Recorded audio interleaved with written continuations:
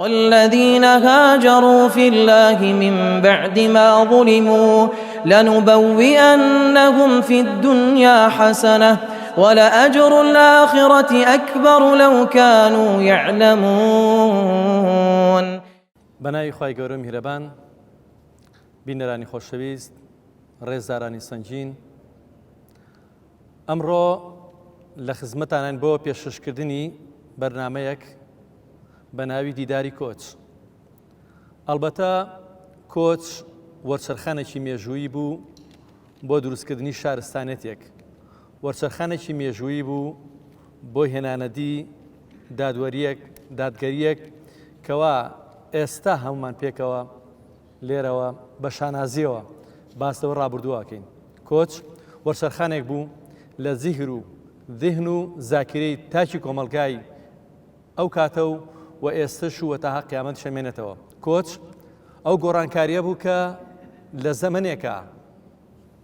کە دوو ئیمپراتۆرەتی زۆر بەهێز سەرزەویان داگیر کرده بوو، عالەمی عەرەبی ئەو کاتە بوونی نەبوو. بەڵام لە دوای زەمەنی کۆچەوە بناغی ئەو شارستانەکە کە دانرا کە بوو بە هۆکاری ئەوەی کەوا شارستانی ئیسلامی بێتە ناو ئەرزی واقعە و تا ئێستەیش دوای 1445 ساڵ وردە هەر لە گەشەکردنایە و هەر لە نمایە و ئێستا بەرە لووتکەڕوە. بۆیە پێمان خۆش بوو ئەمڕۆ لەم تەوەرەیە لەم دیدارەیە باس لە کۆچکەین. کۆچ سەرەتایەک بوو پێغەمبەری خوا عەلەیهی سەڵات وسەلام دەستی پێکرد لە هاوڕێکانیەوە لە هاوڵەکانیەوە. پاشان ئەو ڕۆژەی کە دیاری کرا پێغەمبەری خوا عەلەیهی سەڵات وسەلام لە ڕووی تایبەتمەندیەتیەوە کەسێکی کردە هاوڵی خۆی، ئەو کەسەی کە خوای گەورە وەسفمان بۆ کا و باسمان بۆ کات کاتێککە تووشی حاڵاتێکە بنەفەرمێ ئین الله معنا. لەم معایە دێنە سەر بابەتەکەمان و لە بەڕێز مامۆستا حەمزەوە دەست پێەکەین کاتێککە پێغەمبەری خوا فەرمێ لا تەحزەن ئین الله معنا. کۆچ بە مانای چی بوو و معنا مەبەستی پێچی بوو؟ ئەگە بەڕێز مامۆستا حەمزە لەسەر ئەو بابەتە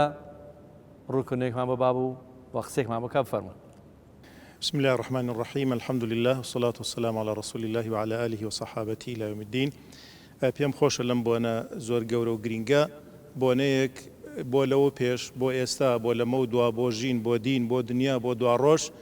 بۆ تاک بۆ خێزان بۆ سیاست بۆ دەسەڵات بۆ هەموو بوارەکانی ژیان دەتوانین لە ناو کۆچدا هەمووی کۆ بکەینەوە و هەرکەس بەشی پێویستی و زەڕورەتی ژیانی خۆی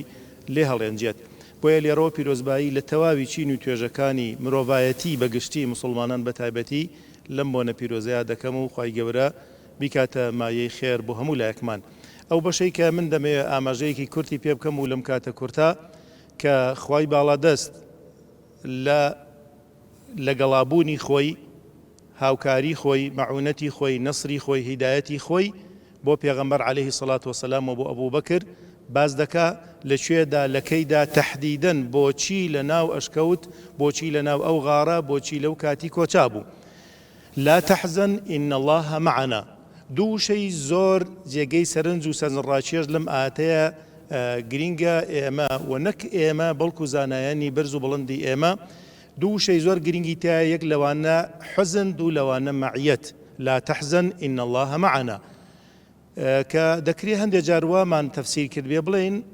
پێغەمبەر عەلەیهی سەڵات وسەلام هەر لەو چرکە سادەتە ئەم ئاەتەدا بەزی و ئەبوو بەکر حاڵەتێکی بۆ دروست بوو کە قەلەقێک دوو دڵیەکی بۆ دروست بوو خەریب و تووشی داڕوخانێکی ئیرادە و هێزێک بێ لە ناخیا. خوای گەورە وەحی بۆ پێغەمبەر نارد، پێغەمبەر گیان فەرمووی خوای گەورە پێمانە فەرمێ لا تەحزەن ئین الله معنا. تۆ دڵتەنگ مەبە، خوا لەگەڵمانایە، نەک لەگەڵمایە بەڵکو لەگەڵمانایە. ئەمە لێرەدا زۆر گرینگە پەیوەندی لە بینی وشەی حزن و وشەی مەعیەت، نەک من قسەی لێکەم ئیبن القەیم ڕەحمەتی خوای لێبێ زۆر بە وردی زۆر بە دەقیقی کە ئێستا دەکرێت لە ڕووی علم و نەفسەوە هەڵسەنگاندنێک بۆ مەعیەت لە لۆغەی عەرەبیە و پاشان علم نەفس پاشان لەگەڵ حزنە. حزن هەموو زانان بەیەکەوە بە تایبەتی شێخ الئیسلام و ئیبن القەیم بە تایبەتیە فەرمێ حزن واتە قەلەقی، دوودڵی، داڕوخانیەک بە کورتی لاوازبوونی جیهازی مەناعی ئینسان لەو لاشەوە مەعیەتی ژواتە بەهێزبوونی جیهاز و مەناعی ئینسان ئالم کاتەیە فعلا ئەبوو بەکر عليه سڵات پێغەمبەری خوا و ئەبوو بەکر سەلامی خوای لەسەر بێ لەو شوێنەدا کە خوای گەورە فەرمووی لا تەحزن ئین الله معنا تۆ بێتاقەت مەبە دڵتەنگ مەبە ئیرادە و هێز و وزەت بێتەوە شوێنی خۆی ئێمە بەتەنهانین بەڕێزەکانم ئەمە لە چ کاتێکە ئەم ئاەتەدا بەزی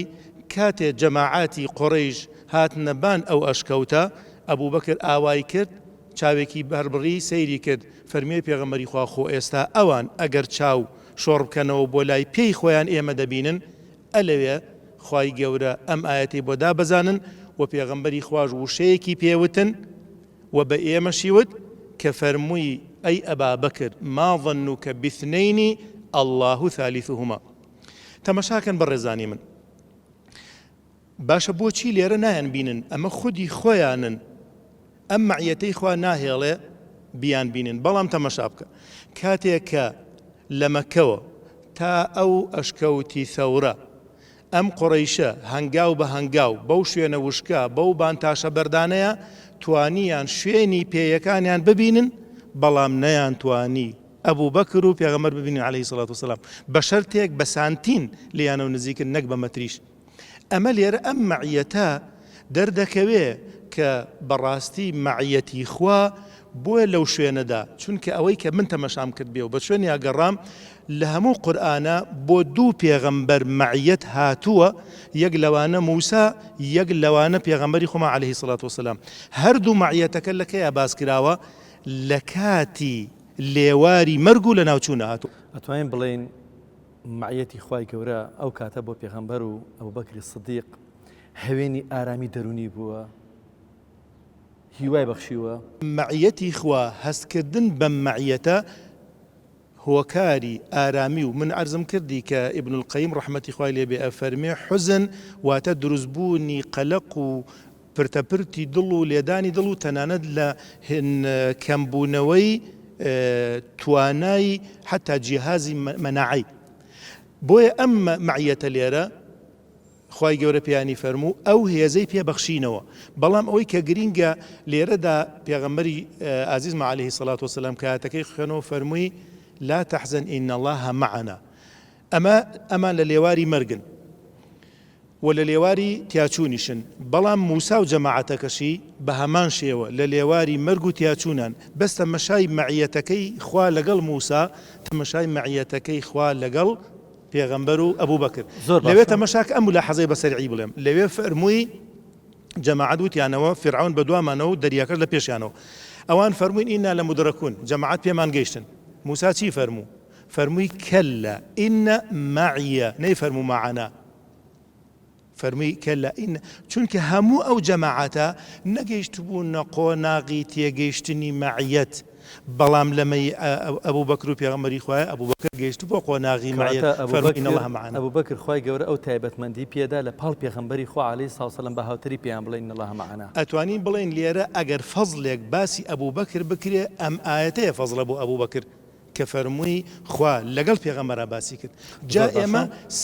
سێ حاڵەتی ناڕەحەتیمان هەبوو بۆچی ئەم ئاەتە لە کاتی دەرچوونی پێغەمبەری خوا لە ماڵەکەی خۆی و کە دەوریان گیرا بوو خۆ لێواری مەرگ بوو بۆ ئاەتە لێدانە بەزی ئەی بۆچی لە کاتێکە کە دەرچوون و بەرە و مەدینە بەڕێکەوتن کاتێ سوراقە پێیان گەیشت خۆ و کاتەش لێواری مەرگ بوو لێواری تیاچوون بوو ئەم کاتەی ناو ئەشکەوتەکە جەماعەت بەسەریانەوە هەر لێواری مەرگە بۆ لەوێ ئین الله معنا باسەکە بۆ لە دوانەکەی ترە باز ناکە دیارەوە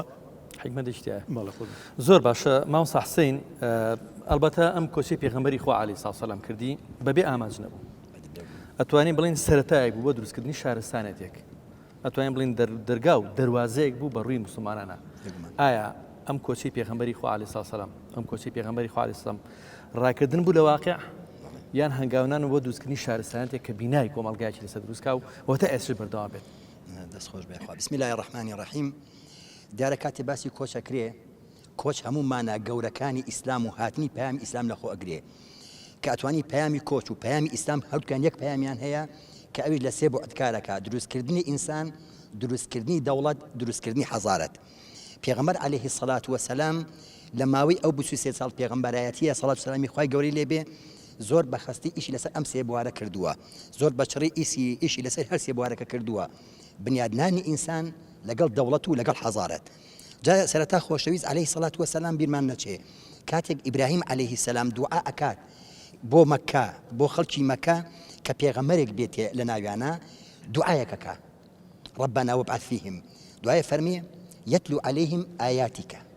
ويعلمهم الكتاب والحكمة ويزكيهم خواهي قريت أم آية دعاء إبراهيم عليه السلام قبولك بلام قران كاريكي تياك أفرمي ويزكيهم ويعلمهم الكتاب والحكمة إبراهيم عليه السلام كدعاءك تزكية دعاءك بلام خواهي قريت تزكية بيشك كاري لبيشيني خوش ويسمان عليه الصلاة والسلام بريتيب لتزكية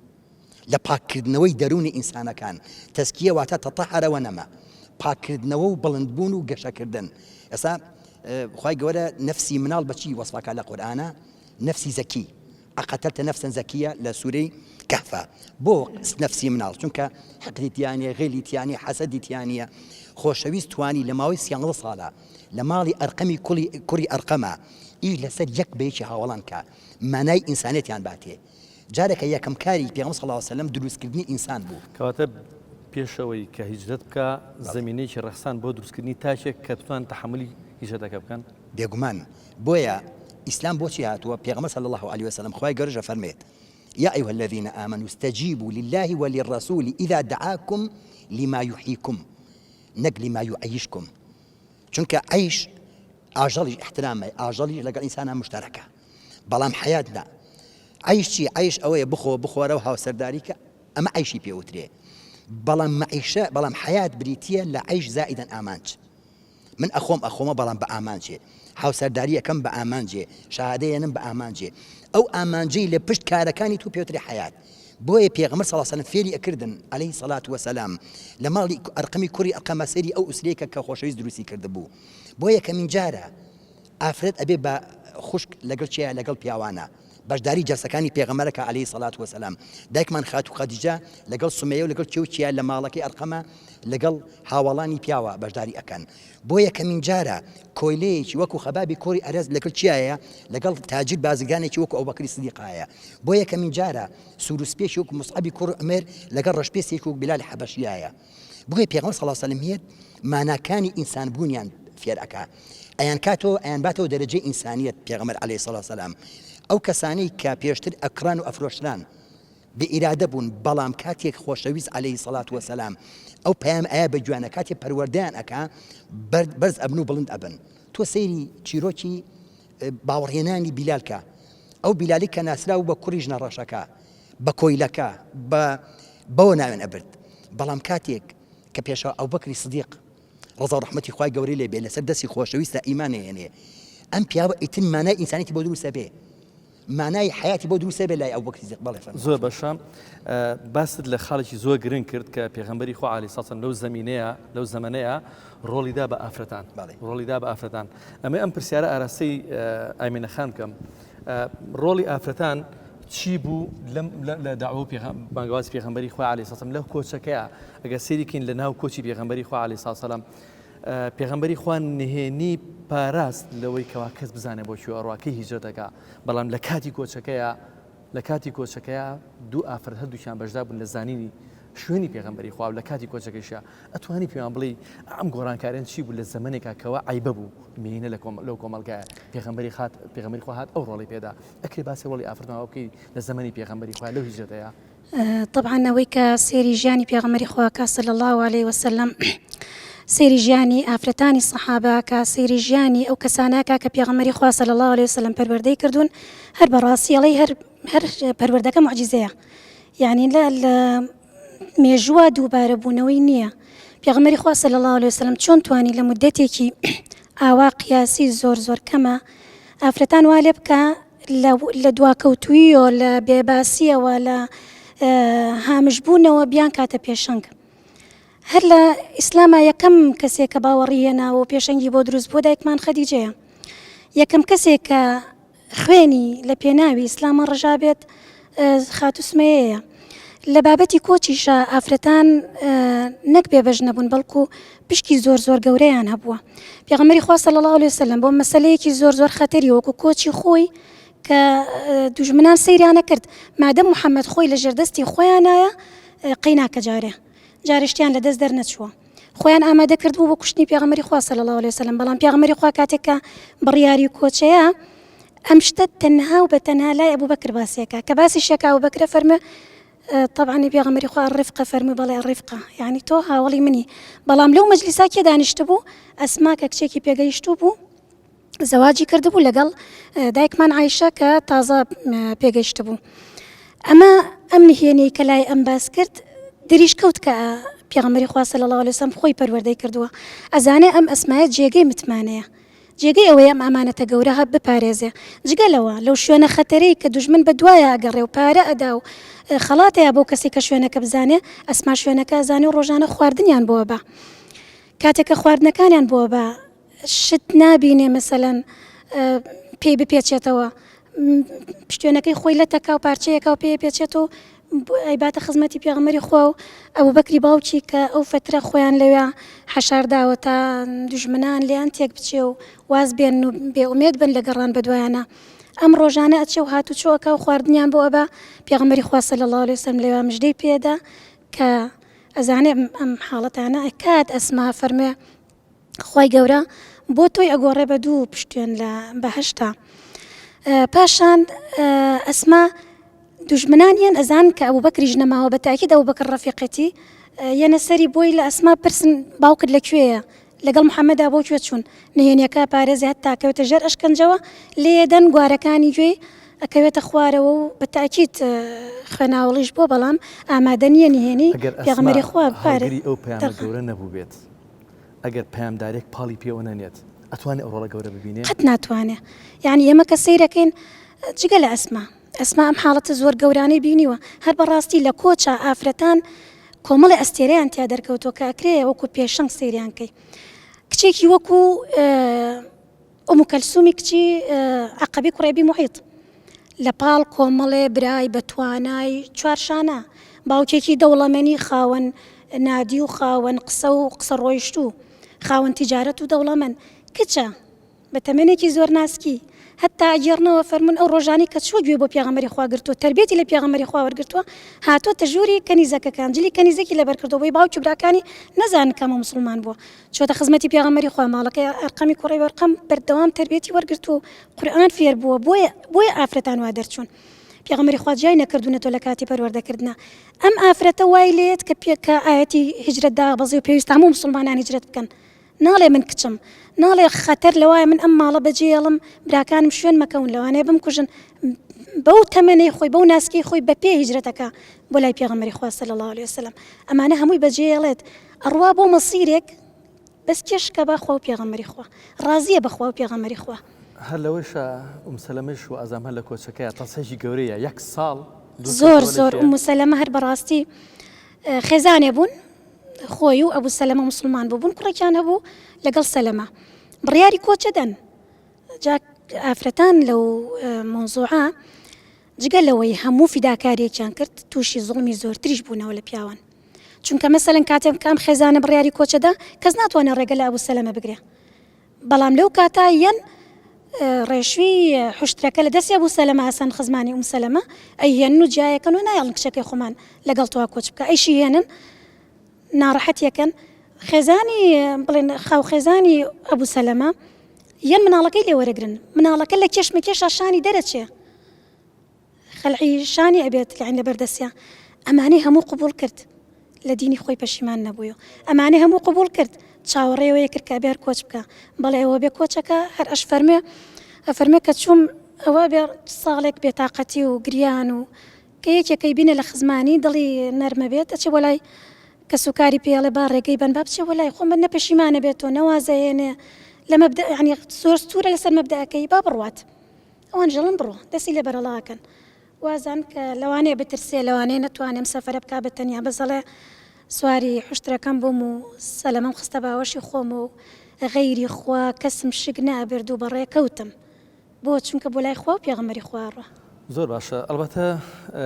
باسی ڕۆلی ئافرەتانمان کرد لەو کۆچەیە پێغەمبەری خوا عەلەیهی سڵاتو وسەلام کاک زۆر بەختیار تاڵەبانی پێغەمبەری خوا بێ هاوڵ نەبوو لەم سەفەرەیە گرنگی هاوڵ یان گرنگی ڕۆلی گەنجان پێغەمبەری خوا عەلەیهی سڵام پێشەوە سەفەر بکە پێشەوە هیجرەت بکە پێشەوە کۆچ بکە ئیشی لەسەر ڕەخساندن یان دۆزینەوەی زەمینەیە کرد شوێنێ کرد بۆی داوا بانگوازەکەی بۆ بەرێت مصعبی کوڕی عومەیر وەکو گەنجێک پێغەمبەری خوا ئەو ڕۆڵەی پێدا پێشەوەی کە هیجرەت بکە مصعب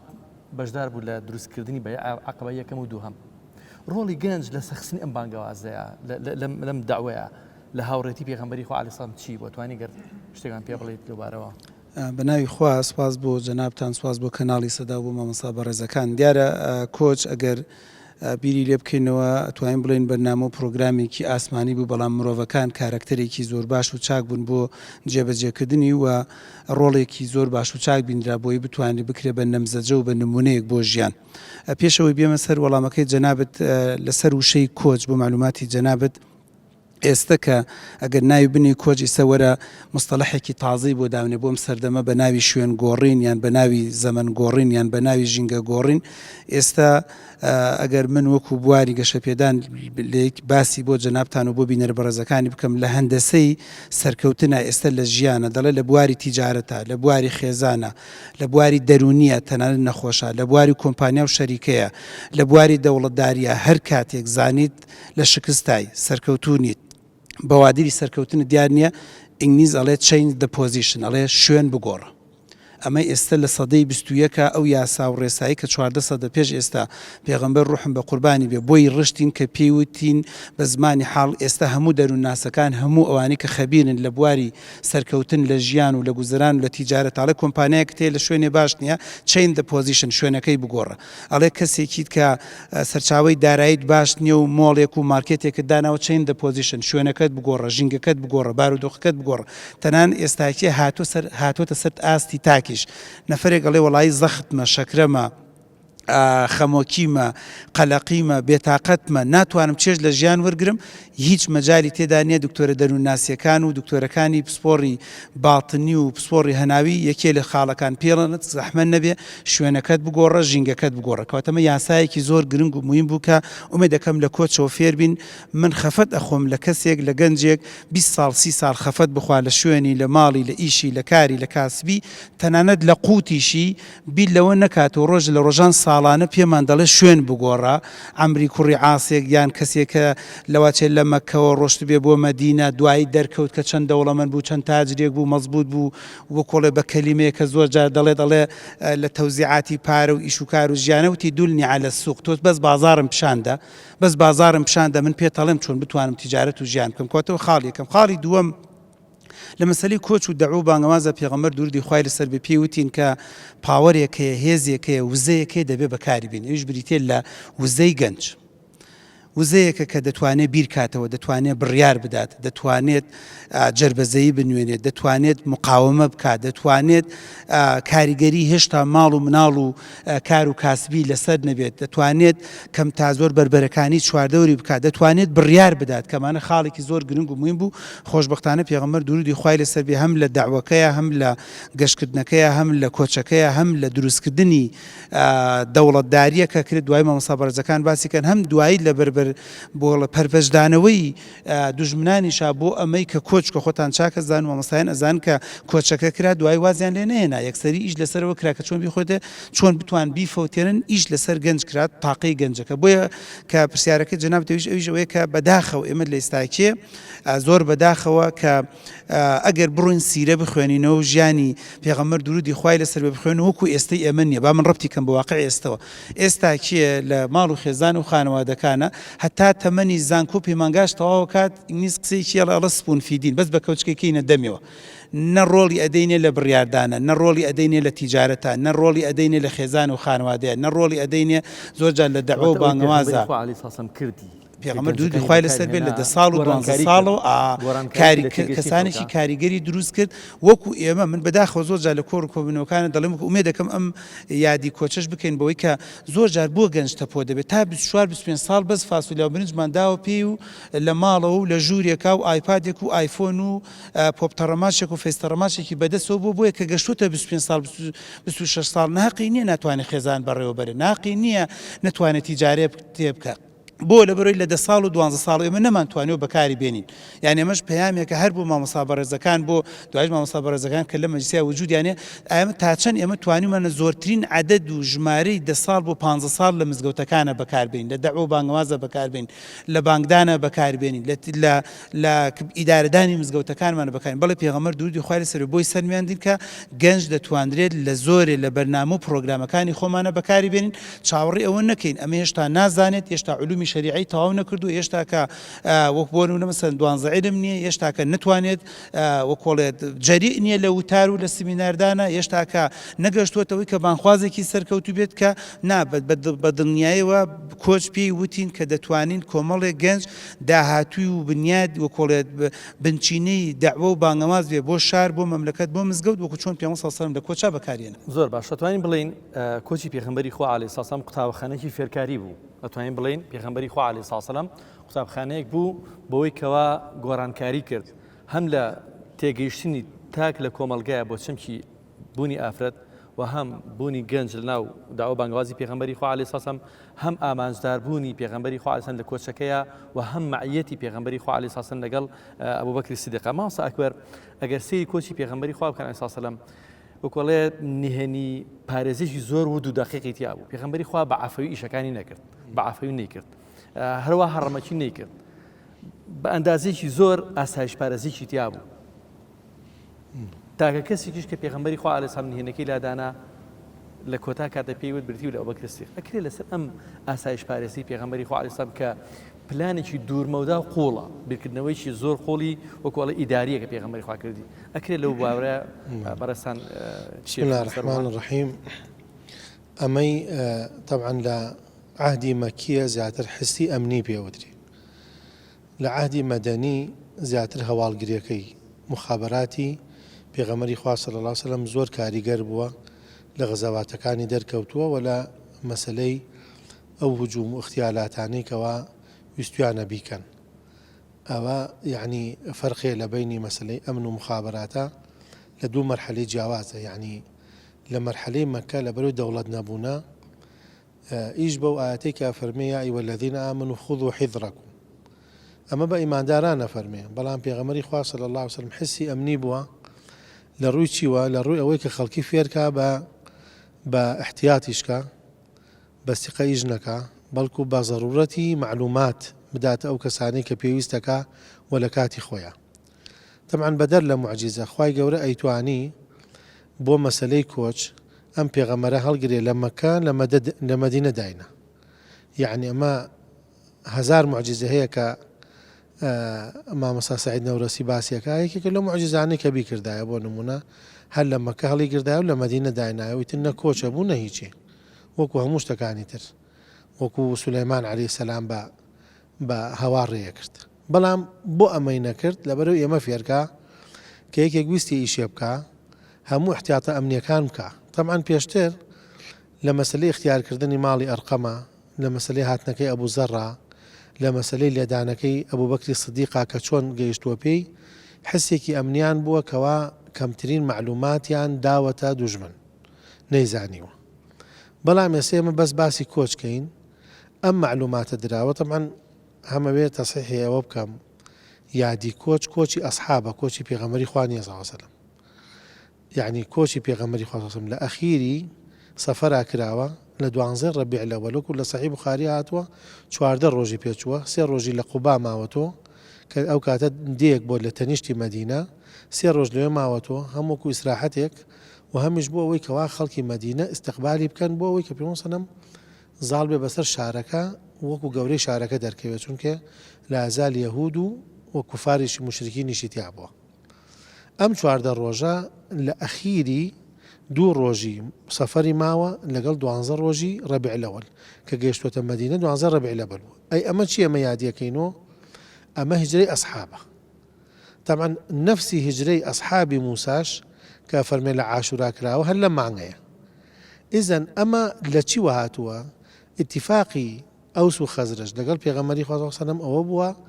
کە لە مەوسمی حەجا لەوێ شەوێ یەکتریان بینیوە. ئەوەی کە واقعەکە بینی، یعنی ئەگەر مخرجێکی سینەمایی بچێ ئەو فیلمە ئەو واقعە بکاتە فیلمێ، ئەزانێ کەوا ئیتیفاقەکە وا کراوە ئەو کەسانی کە سقیان پێ هەیە یەک خەبەر لە ئەو 82 پیا و ئافرەتە کە بەشداریان کردووە یەک خەبەر لەوان دەرنەچوە بۆ دەرو، یەک خەبەر لەوان دەرنەچوە، بەڵکو ئەڵێ شەیطانی عەقەبە بوو هاواری کردووە وتێتی ئەوە خەریکە ئەوس و خەزرەج لەگەڵ محەممەدا ڕێگەکەون. ئەمەش نیشانەی ئەوانە هەمویان جێگەی سیقە بوونە کە دانیشتون ئەیعنی ئەو شەوە کاتێک بووە کە خەڵک هەمووی کراوەتە خەو، چونکە خەڵک بە ڕۆژمانوە بێ لە مینا، خەڵکەکە کراوەتە خەو، ئنج ئەوان چوونە لە شوێنێک شابووە. فەرمی ئیمامی ئەبوبەکر لە سەر سوچێکە حەرەز بووە، ئیمامی عەلیش لە سەر سوچێکە حەرەز بووە. لەبەر عەرەب عادەتی وایە کە کەسێک لە خۆیەوە نەبێک لە ئەهلی بەیتی خۆی نەبێ سقەی پێناکە. پێغەمبەری خوا سەلەم کە بۆنی باوکێ کرد بە عەباس، عەباسی بردبوو لەگەڵ خۆیان. چەند جار تەئکید دەکەنەوە لەسەر ئەم باسە ئێمە ئەتوانین دیفاعی لێ بکەین، بەس خۆی پەیامی پێیە ئەگەر ئێوە بێ دیفاعی لێکەن. بەس ماوسا عەفو لێرە پرسیارێک لێرە پێغەمبەری خوا عەلەیهی سەلام بۆ بەیە ئەخەبە عەباسە باکە عەباسی ماینە هێناوە. بەڵێ لە کۆچی شا یەکی لەوانی کەوا لە نهێنەکە ئەگادار عەبدوڵای کوڕی ئەریقەتەوانیە. بەڵێ بەڵێ ئەم دوو کەسیش کان باوەڕدار نەبوون، بەڵام پێغەمبەری خوا عەلەیهی سەلام لە مهمەکانە یعنی ئەمەش دلیلە لەسەرەوەی کە لە تاقییان وەرگرت. بەڵێ عەباس ئەبوو لەهەب نییە، فەرقی هەیە، یعنی مامەکانی پێغەمبەری خوا سەلام هەیانە دیفاعی لێکا و موسڵمانە وەکو حەمزە، هەیانە موسڵمان نییە دیفاعی لێکا وەکو ئەبوو تاالب، هەیانە موسڵمانیش نەبێ وەکو خزمایەتی هەر پشتگیریەکە، خاستەن کە پێغەمبەر سەلام بۆنی باوکی نابوو عەباس، وەکو برادریشی بوو چونکە 5 ساڵە بینیان بوو، بەڵام ئەبوو لەهەب نییەمە. بۆیە ئەی باتیش لەبەروین لە ناو عەرەبا تەبعەن لە دوای عەباسە هەر شتێک بێ عەلیە نێرێ، لەبەروی خەڵک باوەڕ بە کەسێکی خۆتەکە کە بینێری بۆ شتێک. من قەزدم چی هێشتا حسە ئەمنیەکە کە ئیتیفاقەکە کراوە، 2-3 جار تەئکید دەکەنەوە لە ئەوس و خەزرەج. ئەم شتە حتایەکی لە خۆیان هەڵەسە گەنجترین کەسیان ئاڵێ خەڵکینە پەلە مەکەن، ئێوە ئەزان کەسێکی مەطلوب بەگرن نەخۆتان، کەسێک کە خۆی جێی نابێتەوە هەموو عەرەب لە یەک تیرۆ لە یەک کەوانەوە تیرتان تێگرێ و شمشێر پارچە پارچەدانەکە هەرچی مەسلحەتانە ئەفەوتێ بەهۆی ئەم کەسەوە. ئەگەر دیفاعی لێ ناکەن ئێستا پشتی مەی بەن و دوای پشتی نەگرن. ئەم مەسەلەیە لە ئەوان دەرنەچووە، ئەڵێ شەیطانی عەقەبە بوو هاواری کردوتی فریاکەون. ئەبوجەهل کە سەرانی ئەوس و خەزرەج بانگەکە ئەوانەی کە کافرەکانیانن ئەڵێن ئێمە خەبەری شتیوامانێ و شتیوار ڕووی نەداوە. یەکسەر هەر لە دوای مەوسمەکە کە تەواوە بێ ئەڵێ بڕۆنەوە. پێغەمبەری خوا سەلەم بە ئەسحاب ئەڵێ هەر یەکێک بە شێوەیە بڕوە. تەمەن باسی و حەدیسە ناکەم ئایا ئیمامی عومەر بە ئاشکرا کردوێتی و ئینشاءڵڵا بەحسێکی ترە، بەڵام هەر یەکێک لە ئەسحاب کە دەرچووە هەر یەکێک قسەیەکی دوور و درێژی هەیە، چۆن دەرچووە، چۆن ڕای کردووە، لەکوێ ڕای کردووانە. ئامانج لەمەی کە پێغەمبەری خوا عەلەیهی سەلام ئەم نهێنی پارێسی کردووە یان پێی فەرموون ئەبۆ شازە ئامانجەکەی چی؟ ئامانجەکە ئەوەیە کە خەڵک فێر بێ، خەڵک فێر بێ حسێکی ئەمنی بێ، یعنی ئەوە پێغەمبەری خوا بە موعجزە کردی، ئەی من چۆن بکەم؟ من ئەمەوێ لە شار دەرچم، من ئەمەوێ بەرنامەیە بکەم، من ئەمەوێ شتێکی نهێنیم بێ، یعنی نهێنی ئەمە پاراستووە خۆخوای گەورەی توانی بە موعجزە دەریکا و هیچیشیان پێ نێت. بەڵامەکو بوو ئەمەیە کرد دەبەرەوەی کە خەڵکی فێری ئەوە بێ کە هەموو شتەکانی باس نەکە لای هەموو کەسێک سیقە نەبوو، شتەکانی ضرورەت نەبوو باسی نەکە، کەسێک جێگەی سیقەی نەبوو باسی نەکە. دێنەوە بۆ هیجرەکەی پێغەمبەری خوا صلی الله علیه و سلم خۆی، یعنی تۆ کۆبوونە تۆ لەسەرەوەی کەوا لە بەردەم ماڵیان بیکوشن، یعنی ئەو شەوە هەموو وإذ يمكر بك الذين كفروا ليثبتوك وتیان فایدەی نییە، ئەو یەقتولوک ئەو یخریجوک، هاتنە سەر قەتلەکە، چونکە وتیان دەرکردنەکەیشی دوای خەڵک لێی کۆ بێتەوە ئەنجا خەڵکمان بەسەرایەنێ. تا ئێستا نەیهێشتووە عەلی و ئەبوبەکر ڕەزای خۆیانە لێ بێ بەردەرچی. عەلی لەبەرەوەی زۆر ملازمیان بووە و ئیمامی ئەبوبەکر لەبەرەوەی زۆر برادەری بووە،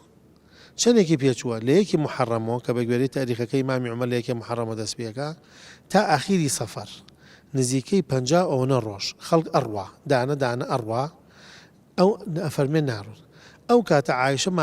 مارەبڕی پێغەمبەری خوا صلی الله علیه وسلم ئەفەرمێ کاتێک هات بۆ ماڵمان لە هاجیرە بوو هاجیرە لە عەرەبە لە زمانی عەرەبی بە کاتێک ئەوترێ قرچەی گەرمایە کە کەس بە دەرۆ نییە احتیاتاً بۆەوە مقەنعیش بوو باشە مقەنع کەس نازانێکی کەسیش بە دەرۆ نییە کە هادانیشت فەرمووی قسەیەکم هەیە لەگەڵتا ئیمامی بەکر شکیل لەوە چوو کە نێڵا بڕوا خۆی چوە دوو ڕاحیلەواتە دوو حوشتر کە بە کەڵکی ڕێگە بێن گرتوێتی چوە دەلیلێکی سەفەری گرتووە پارێکی داوە پێی کە بیان با بەو ڕێگە ناکە ڕێگەی عامە و خادمێکیش کە عەبدوڵای کوڕی فەهیرەیە عامری کوڕی فەهیرەیە عەفوان کە کاتی خۆی ئازادی کردووە یعنی کڕیوەتی و ئازادی کردووە ئەویشی داناوە بۆ بەردەسی خۆیان کە ئەفەرمێت لەو کاتێک هەموو کاتێک پێ سەلەم یا بەیانیە ئێوارە هات یعنی نەبێتە قسەیە لەبەرەوەی کە ماڵی دەستگیرانێتی یعنی عایشە مارە بڕی بووە لە مەکە مارەی کردو بەڵامەکون لە مەدینە گواستێتیوە بەڵام ئەفەرمێت کە کاتەکە هات زانیمان خەبەرێکەیە فەرمی ئەمانە دەرکە دەرۆ قسەیەکم هەیە فەرمی ئەمانە هەمویان ئەهلی خۆتن چونکە ئەوەی دانیشت بوو یا خێزانێتی دەستگیرانی یا ژن خوشکێتی یان دایکیانە دانیشتووە فەرمی هەر قسەیەکەکەی دەرناچی ئەمەش نابێ لای هەموو کەسێ باز بکرێت چونکە نانەزانی ئایا پێغەمبەری خوا صلی الله علیه وسلم خۆیشی ئەڕوایان نا دوو جار ئەسحابی ناردۆ بۆ حەبەشە ئایا جارێکیش تۆ بۆ تائیف هاتووە ئایا ئەم جارە خۆی ئەڕوا یعنی هەر خەڵکە نێرێ ئەوێ جووب دروستکە ئەوێ مەسەن لانەیە دروستکە لە شوێنێتر فەرمی ئینەه قەد ئوذینە لی فی الهجرە ئیمامی بەکر حاڵیە بێ تا ئێستا نەهێشتووە و ئێستا ئەڵێ منیش ئەچم بۆ هەجرە فەرمی ئەسوحبەتە یا ڕەسوول الله ئەمە بەست ئەی من ئەبمە هاوڕێت فەرمی بەڵێ دایکی ماداران عایشە فەرمی یەکەم جار بوو ببینم پیاو لە خۆشییا بگری ئەمەش کارێکی گەورەیە ئینسان لەو خوتورە گەورەیە کە تۆ ئەم عالەمە هەمووی ئێستا تۆ مەطلوبی لەلایە بڵێ تۆ لەگەڵ خۆماوەرە تۆ لە خۆشییا بگریت فەرمی من دوو ڕاحی لەم حازر کردووە بەڵام مەزانین کە ئینسان بیەوێ لە شوێنێک دەرچێ نابێ بە حوشتر و بە سیارە و بەوانە دەرچێ یعنی با بڵێن ئێستا ئەم زەمانە بوایە کۆ تۆ مەسەلەن ئەم شوێنە جێبێڵی ئەفەرمێ چی کردووە هەردووکیانی لە پشتی غاری سەور لەوێ داناوە دەرچوونەکە کەیە شەوە یعنی من ئەمیست بەرنامە بکەم لای غاری سەور بەڵام غاری سەورە من شەو چوم بۆ چونکە هیجرەکە شەو کراوە بەردەمی ماڵیان گیراوە علی خسوەتە ناو جێگەیکە ئەمە مووقفێکی فیدائیە بۆ علی بەڕاستی بۆ چونکە خەڵکی ئەو زەمانە یا لە حەوشایە لە هەیوانە خەوتووە جێگەکەی پێ سەلەم ناسراوە بوو ئەوان لە دەرۆ بینیانە کە چووەتە ناو جێگەی بۆ ئەوەی کە علی بکوژرێ چونکە تاکید بوون ئەو شەوە بێ پێ سەلەم بکوژرێ علی خۆی خسوەتە ناو جێگەکەی بۆی بێت بکوژرێ فی سەبیل پێ سەلەم لە دەرگاکەی پشتۆ دەرچی ئەی ماڵی ئەبوبەکر لەکوێت ئەمان ماڵی پێ سەلەم لای بابی بەنی شەیبەیە کە نزیکی مەڕوایە ماڵی ئەبوبەکر ئەگەر تەحدیدەن ئێستا مەکە بڵێن لە لای فەنادقی سەفوەیە یعنی بەعەکسی مەڕوە بەرەو جەروەلی پێوتری لەو مەنتەقە بووە هاتووە لەوێ بەتەنیا ئیمامی ئەبوبەکری بردووە هەموو ڕێگەکان لەکوێ گیری عادەتەن ئەزانێت کە چاوەخرێتە سەر ڕێگەی مەدینە کە ڕێگەی شیمالە ئەو بەعەکسی تیجاچێ بۆ ڕێگەی یەمەن کە ڕێگەی جنوبە زۆر باش ماوەسا بابەتەکەمان تەبەن بۆ شێوازە کە باسی دەکەین دەستەکان خۆش بێ زۆر و دوو دەقیق تەبەن باست کرد لەوە مامۆستا حەمزە با بینە سەر پرسیاری دوای ئەوە پێغەمبەری خوا عەلەیهی سەلام لەگەڵ ئەبوبەکر هیجرەتی کرد لەگەڵ ئەبوبەکر بەیەکەوە هیجرەتیان کرد ئەم مەعیەتە دوای پێغەمبەری خوا عەلەیهی سەلام بەردەوامی هەیە کە پلانی مرۆیی لەگەڵ مەعیەتی خواییە ئایا بۆ ئینسانی موسڵمان بەردەوامی هەیە کە خوای گەورە پشتیوانی بێ بە هەمیشەی لە داوا و بانگەوازەکەیە یان کۆتایی پێ هاتووە یان بەجددی پێویستە کات ئێمە وەکو موسڵمان بە هەمیشەی پشت بە خوای گەورە بەسینە وشکارەکانمانە بە ناوی خوای گەورە دیارە هەرویستم ئەو بەشەی پێشوو بە سەریعیەک و وەڵامی پرسیارەکەی بەڕێزیش لەسەر بێ کە خوای گەورە فەرمووی لا تەحزن ئین الله معنا کە هەندێک جار ئێمە وا تەفسیرەکەین لا تەحزن فەرمووی ئەی ئەو بۆکر مەترسێ شەی حوزن لەگەڵ خەوفا فەرقی زۆرە ئەوە بێگومان لا تەحزن نەک لا تەخەف چونکە ئەیتوانی ئەگەر مەبەسیەوە وایە لەگەڵ معنا ئەگەر تەنها معنا معنایەکی ڕوود بێ ئەو کاتە دەیتوانی بفەرمێ لا تەخەف ئین الله ناصرنا سەرمان دەخات لەبەرەوە ئەو دوو شەیەمان پێشووتر باس کرد بەڵام ئەوەی کە گرینگە لێرەدا ئەم ئەبوو بەکرە سەلامی خوای لەسەر بێ کە خوای گەورە پێی فەرموو لا تەحزن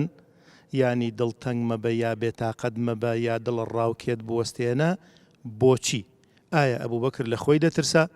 بۆی بیکوژن ماڵەکەی چونکە نەخێر ئەو ماڵ و سامانی بەجێ هێڵا بوو ئەوەی کە گرینگە لێرەدا ئەم ئەبوو بەکرە لە چی دەترسا ئەوە ئەوانەیە کە ئێمە هەموو کات خۆشی و ناخۆشیمان ترس و هەموو کاتەکانمان لەبەر خاتری پەیام و سەرکەوتنی پەیامەکەی خوا بێ بەڕاستی ئەم لا تەخەف دڵی ئەبوو بەکر بەو هەموو خۆشەویستی پێغەمبەر تەمەشای ئەگەر شاعیرە کوردەکان بکەی هەر یەکێک بە جۆرێک زۆر جوان لە دڵی ئەبوو بەکر تێگەیشتون کە چەندە عیشقی پێغەمبەریتایە تەنانە دیچەند لەوانە تاهیر بەک کە دەفەرمێ هەر کەسێ هات و وتی من عاشقم بڕوا مەکە تاکو لەسەر گۆنایی نیشانەی زەخمی مارانگاز نەبێ کەواتە هەر بەوەی منەڵێ من مسلمانم من پێغەمبەرم خۆشەوێ ئەوەی ئەبوو بەکر عەلەیهی سڵات وەسەلام ئەم مارانگازە لە کاتێکە دانیشت بوو قاچەکانی نابووە پەنجەیەکی و قاچی و پاژنەی لە شوێنێکا بوو مار پێوەی دەدا و فرمێسک یا با بڵێن عەرق بە نێوچەوانی داهاتە خوارەوە ئەبێ بگەیتە ئەو ئاستە لە قوربانیدانە کەواتە ئەو پرسیاری کە بەڕێز فەرمووت بۆچی ئەبوو بەکر لەوێ پێی دەوترێ لا تەخەف و ئەو مەعانای خوای گەورەیە ئایا ئەم مەعانایە بۆ هەموو کات وەختێکە مایەت کۆتایی هاتووە ئەگەر لەوێ یەک تێبینیە بکەین خوای گەورە جەلە جەلالوه ئەو مەعیەتەی خۆیانی نیشاندا لەوێ جارێ لە سەرەتا پێغەمبەر وەکو مامۆستا ئاماژەی پێکرد کە لە ماڵ دەرچووە دەرەوە هەر ئەو چاوانە بوون کە خەڵکیان دەبینی پێغەمبەریان نەبینی بەسەریعی بین هەر ئەو چاوانەی شوێن پێکانیان بەسەر تاشە بەردەکانەوە بینی کەچی بە دیار ئەشکەوتەکەەوە پێغەمبەر و ئەبوو بەکریان نەبینی کەواتە هەر ئەو چاوانە کە هاتن لەوێ خوای گەورە ئەو مەعیەتەی پێنیشاندان لەوێ چاویانی نەیان بینی لە ڕێگای کۆتر و جاڵجاڵۆکەوە نابێ بیبینێت کەواتە بۆ بەکارهێنانی مەعیەتی خۆی لەو لاوە هەچی وەسائلیش هەیە گرتیانە بەر نیشانێدا خوای گەورە فەرمێ ئەگەر من لەگەڵتان نەبم با هەچی ئەسبابیش هەیە بیگرنە بەر هەر سەرکەوتوو نابن کەواتە ئێمە چی بکەین تاخوا لەسەرمان بکاتەوە چی بکەین تاخوا بەبەردەوامی لەگەڵمانەوێ بەڵێ کۆچ یاسایەکە یاسای سەرەتایی با بڵێن دروستکردنی ژیانێکە بۆ هەتا ئەبێ باوەڕداران تێبگەن خوای گەورە هەر ماوە زیندووە و لەگەڵ ڕاستان و چاکان و پاکان و هاوکاریەکانایە لێرەدا بێ بیزانین مەعیەت زانان ئەیکەن بە دوو بەشەوە مەعیەی عاممان هەیە لەگەڵ مەعیەی خاسە مەعیەی عام خوا لەگەڵ کافریشە بەوەی دەیژێنێ ڕزقی دەدا مناڵی دەداتێ دێ و دەڕوا مەعیەتی هەیە کەواتە مەعیەتی هەیە هیدایەتی ڕۆشنەوەیدا بەس مەعیەت لەگەڵ باوەڕدارانە فەرقی چییە ئین الله لەمەع المحسینین ئەم مەعیەتەی لەگەڵ پێغەمبەر و ئەبوو بەکر و هەتاش لەگەڵ باوەڕدارانە مەعیەتێکی مەعونەت و نسرەت و هیدایەتە بەردەوامە و کۆتایی پێ نایە بۆیە هەر کەسێک ئەبوو بەکر ئاسا بگاتە ئاستێک خۆی و ماڵ و خانەوادەی بکا بە قوربانی پێغەمبەر و پەیامەکەی مەعیەتی خاصی خوایی بەردەوامە و کۆتایی نایە مامۆستا حوسێن باسمان لە ئامانج لە کۆچەکە کرد فەلسەفەی کۆچی پێغەمبەری خوا عەلەیهی سەلام بەبێ ئامانج نەبوو باشە ئایا پێغەمبەری خوا عەلەیهی سەلام کاتێکە هاوڵەکانی هەمووی نرد و خۆی کەوتە کۆتاییەوە چ ئامانجێک لەمایە بوو کە قیادە وڵە فەردەکانی بخاتە شوێنێکی ئەمانە و دواتر خۆی بخاتە ناڕەحەتێکەوە ئەم ئامانجە گەورەی چی و پێغەمبەری خوا ئەمیشە گەورەی چی و پێغەمبەری خوا کردی کە لە مێژووە ڕەنگە شتیوانە بوو بێ ڕۆژان سەرکردە فەردەکانی خۆی بخاتە ئەمانەتەوە و خۆی بخاتە ناڕەحەتێکەوە ئەکرێ لەسەر ئەم چەمکە شتێکمان پێ بڵێ بێگومان کاتێ پێغەمبەر صلی الله علیه وسلم هیجرەتەکە دیارە کۆمەڵێک هاوڵ بەجێ مابوون لە مەدینە لە مەکە کۆمەڵ هاوڵ بەجێ مابوون لەوانە پیر و پەکەوت و ئەوانە تەنان خۆشەویست ئەوانشی لەبیر نەچوو پیاوێک ئەگرێ بە ناوی مەرسەدی کوڕی ئەبی مەرسەد کە یەکێکە لە هاوڵە خۆشەویستەکانی پێغەمبەری خۆشەویست عەلەیهی سەڵات وسەلام ئیشی ئەوە بوو بە کۆڵ ئەیهێنانە دەرەوەی مەککە لێەوە ئەم پیر و پەکەوتانە ئەبران بەرەوکوێ بەرەو مەدینە کەواتە پێغەمبەری خوا سەڵام هاوڵانی نارد خەتەراتی خستە سەر شانی خۆی بێگومان. ئەمە چ تازە بوو یا چی نەبوو چۆن ئەمە تەفسیر دەکرێت لە ئێستا بێگومان دوعاکە ئیبراهیم عەلەیهی سەلام کە فەرمووی خوای گەورە پێغەمبەرێکیان بۆ بنێرە فەرمووی ڕەسوولە منهم لەناو خۆیانە پێغەمبەرێک بەس خوای گەورە فەرمووی ڕەسوولە من ئەنفوسیهم لە ئەنفوسی خۆیان نەفسی خۆیان پێغەمبەر صلی الله علیه وسلم هەموو کاتێک لە قراءەکەشا فەرمی من ئەنفسیهم یعنی لە بەنرخترینیان ئەنفوسیهم پێغەمبەر صلی الله علیه وسلم هەموو کاتێک جیاوازی نەکرد لە نێوان خۆی و هاوڵانە هەموو کاتێ فەزلی هاوڵانی داوە بەسەر چیە بەسەر خۆشیە تەنانەت خۆی برسی ئەکرد لە پێناوی هاوڵانە لە پێناوی هەژارەکانە بۆیە خۆشەویست کاتێک ئەڕواتە شاری مەدینە عەلەیهی سەڵات وەسەلام ئیتر لە خەمی ئەمایە ئەم هاوڵانە چی لێ بکە کۆمەڵی هاوڵ لە شاری مەدینە خۆیان خەڵکی مەدینەن کۆمەڵێکیش لە مەکەوە هیجرەتیان کردووە بۆیە خۆشەویست عەلەیهی سەڵات وەسەلام جارێکە پێشوەخت کەسێک ئەنێرەیە کە چێیە مصعەبی کوڕی عومەیرە ئەوەی کە پێغەمبەر عەلەیهی سەڵات وەسەلام توانی لە ماڵی ئەرقەما بیکە مصعەبیش توانی لە مەدینە بیکە توانی کەسانێ دروست بکە بۆیە کە من جار لە مێژووی مرۆڤایەتیە ئاخر ئێستا بڵێن کەسێک گێتە ئەم وڵاتی ئێمە مسلمانێکی لێ قەوماوە ئەلێ ئەچینە دەرەوە کەسێک کەوتووە بە خۆی ماڵ و مناڵەوە کەوتووە ئازایەتیە کەسێک ماملەکە کە ئەمشۆ لە خزمەتی تویان خۆت و ماڵ و مناڵت نەوەڵایکێکتر ماڵی کاکە فەرموو هەفتەیە لە ماڵی منە بەتاقا دەرود لێکاتەوە ئەی ئەگەر کەسێکمان بێت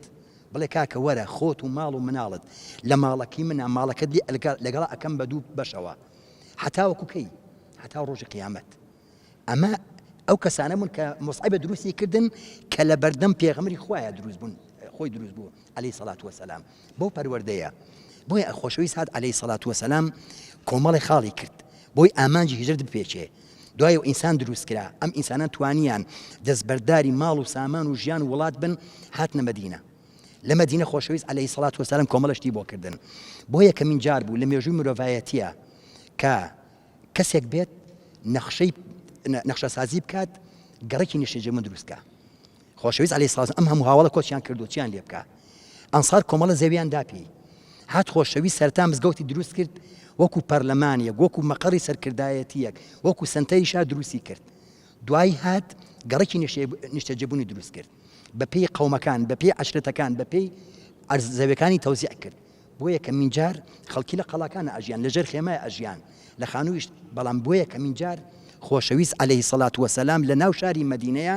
گەڕێکی نیشتەجێبوونی دروست کرد تەنانەت جادە عامەکانی دروست کرد هەموو جادە سەرێکیەکان ئەهاتنەوە سەر کوێ سەر مزگەوت دوایی جادەی فەرعی دروست کرد گەڕی کۆڵانی فەرعی بۆ ناو کۆڵانەکان کۆڵانە فەرعیەکان 2 بۆ 3 مەتر بەڵام جادە سەرێکیەکان 6 مەتر پان خۆشەویست دیاری کرد مزگەوتی کرد بە سنتەر دوایی بۆیە کە من جار بازار دروست ئەکا بۆی ڕکابەری بازاری جوولەکە بکە بۆی ڕکابەری بازاری جوولەکە بکە دوایی خۆشەویست عەلەیهی سەڵات وەسەلام بۆ یەکەمین جارە لە ناو مزگەوتەکەی خەسخانە دروستەکە نەخۆشخانە دروستەکە دوای ئەوە خۆپێویستی بەهێز و سوپا هەیە سەرایە دروستەکە سەرایەکان هێزەکان ئەباتە دەرەوە سریەکان بۆ یەکەمین جارە ناو شاری مەدینەیە قەسەبخانە دروستەکە قەسەبخانەش ئەباتە دەرەوەی شاری مەدینە بۆ یەکەمین جارە احترام بەسەر ئەو دروستەکە ناو شاری مەدینە ئەبینی خۆشەویستمان عەلەیهی سەڵات وەسەلام لە هەموو بوارەکانە لە هەموو بواری دەوڵەتداریە لە بواری حەزاریە ئیش ئەکا دوایەوە هیجرەتەکە بۆ شاری مەدینە بەڵام بیریشی ناچێ ئەوێت جارێکی تر لێوەش ئینسان دروستکە چونکە هەر ئینسانی کە دروست ئەبێ هێتە پلەی ئینسانی بوون هەر ئەم ئینسانەیە کە ئەتوانی حەزارەت دروستکە ئەتوانی ئەو دەوڵەتە بەڕێوە بەرێ ئەتوانێ پێگەیە دروست بکە کە بتوانێت لە ماوەی 23 ساڵە گەورەترین ئیمپراتۆری فارس و ڕۆم بەچۆکادێنێت شارستانێکی نەوعی دروست کرد لەسەر ئەوەی کەوا خۆی وەک قائیدێک بە هەموو ماناکانیەوە بە هەموو چەمکەکانیەوە خۆی تیا ڕۆڵی بینی و خۆی تیا دەوری بینی و ئەو تعریفێکی ئێستا هەیە بۆ سەرکردە پێم وایە هیچیان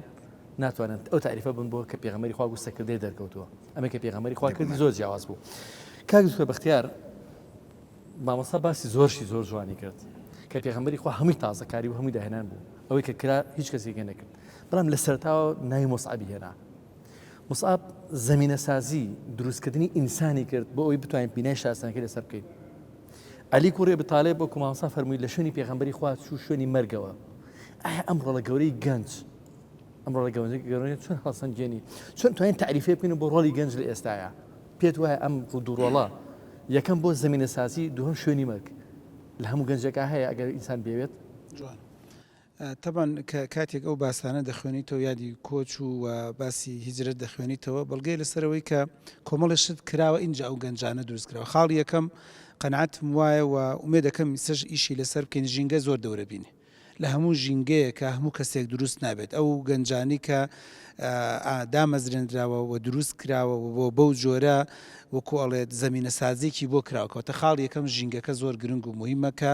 لێەوە فێرمان دەکات پێغەمبەر درودی خوای لەسەر بێ ئەگەرێتەوێت گەنجێک ئێستا نا 5 ساڵ 10 ساڵتر بۆ داوا بۆ بانگەواز بۆ دینداری سوادەی لێ بکەیت دەبێ بزانی لە چیوە ژینگەیەکایە کە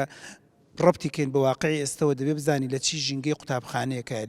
لە چی ژینگەی مزگەوتێکایە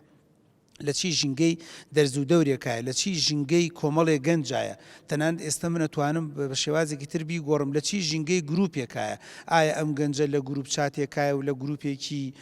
لەم سۆشیال میدیا وایە ئەتوانێت گەنجێک دروستکرێت 10 ساڵ 15 ساڵ 20 ساڵتر داوا و بانگوازی لەسەر بنیاد بنی یان بتوانانی ومەتێکی لەسەر بنیاد بنی یان بتوانانی سەرکەوتنی وڵات و مەملەکەت و کۆمپانیا و شەریکات و مزگەوت و ئیشی لەسەر بنیادی کەواتەوە خاڵی یەکەم زۆر گرنگ و خاڵی دووەم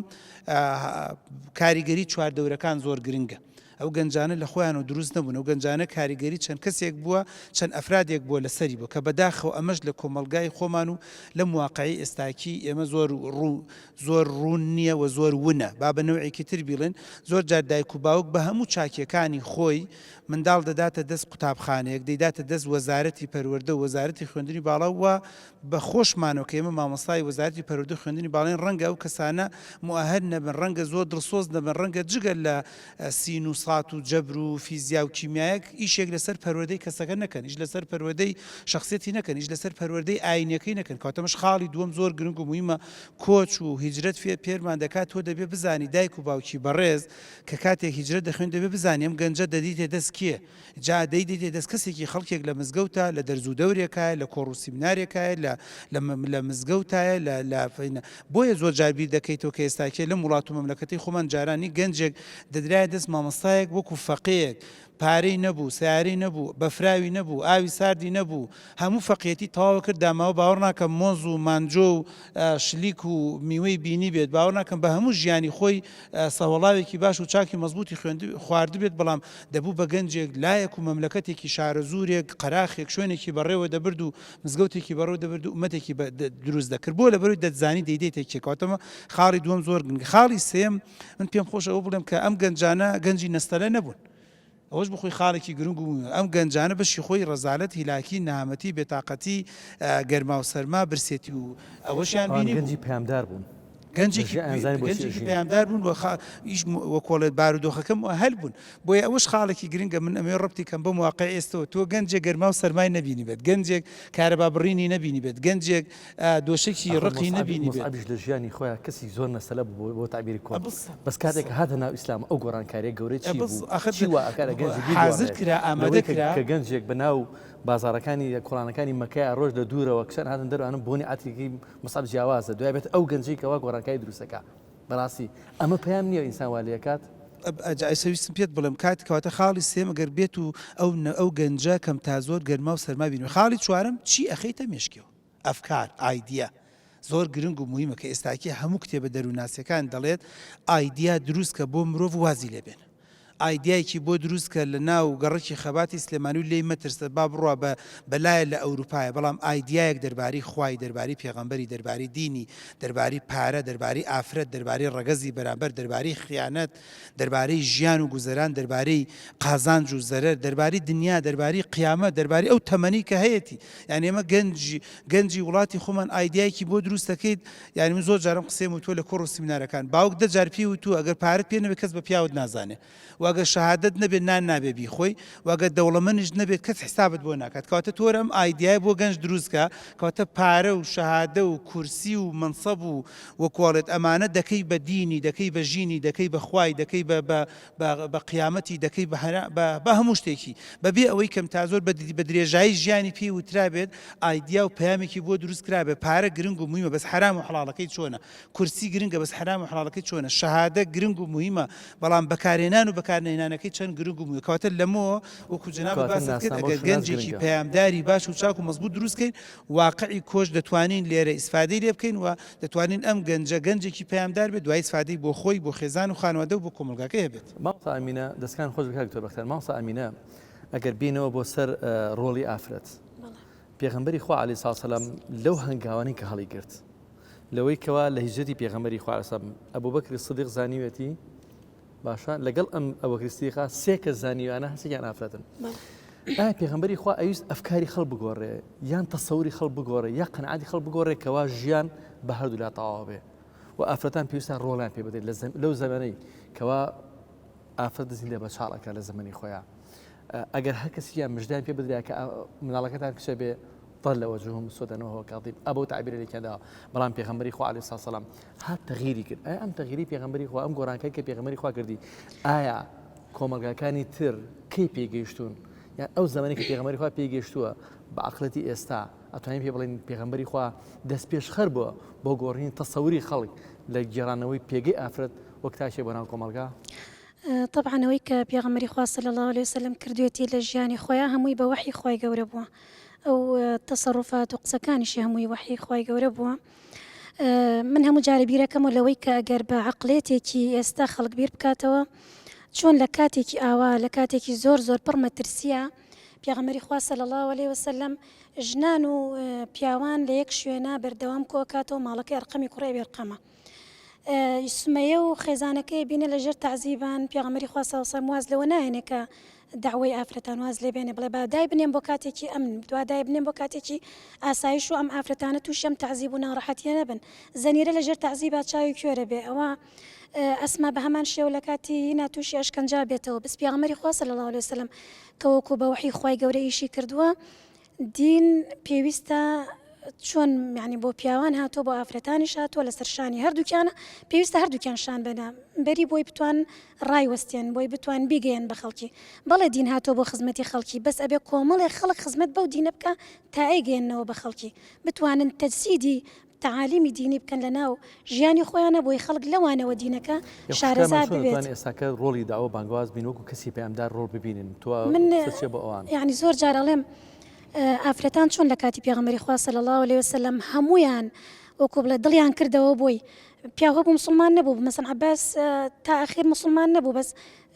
عەبدوڵای کوڕی عەباسە فەرمە من و دایکم لە مستضعف بووین کە خوای گەورە فەرمووی إلا المستضعفين من الرجال والنساء والولدان الذين لا يستطيعون حيلة ولا يهتدون سبيلا من و دایکم لەوە بووین کە باوکم بەردەوام چاودێریە کردین ئاگای لێمان بوو نەک ئێمەش هیجرەت بکەین نەک ئێمەش بچین بۆ لای پێغەمبەری خوا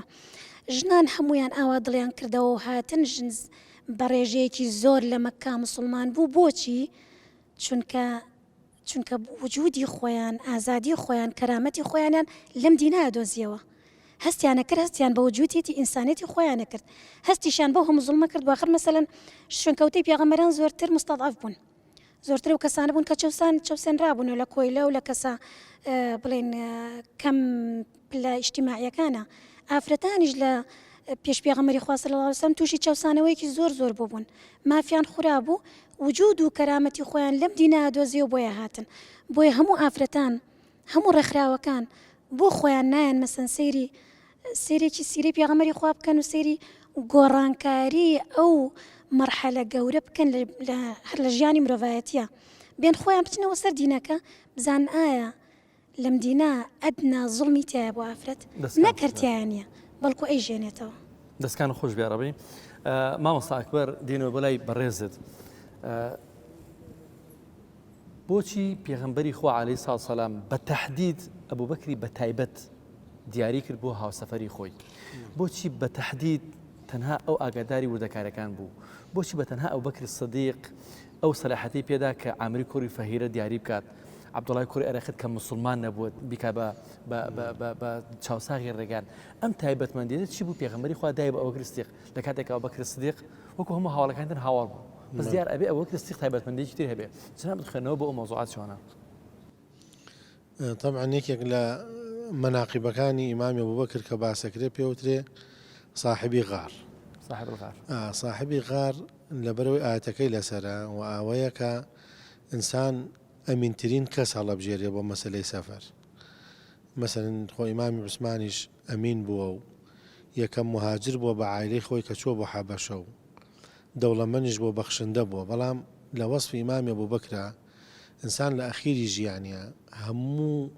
شریتی ژیانی لە چەند کەلیمەیەکا کۆکاتەوە، هەرچیشی پێیە لە چەند وەسیەتێکا جێڵێ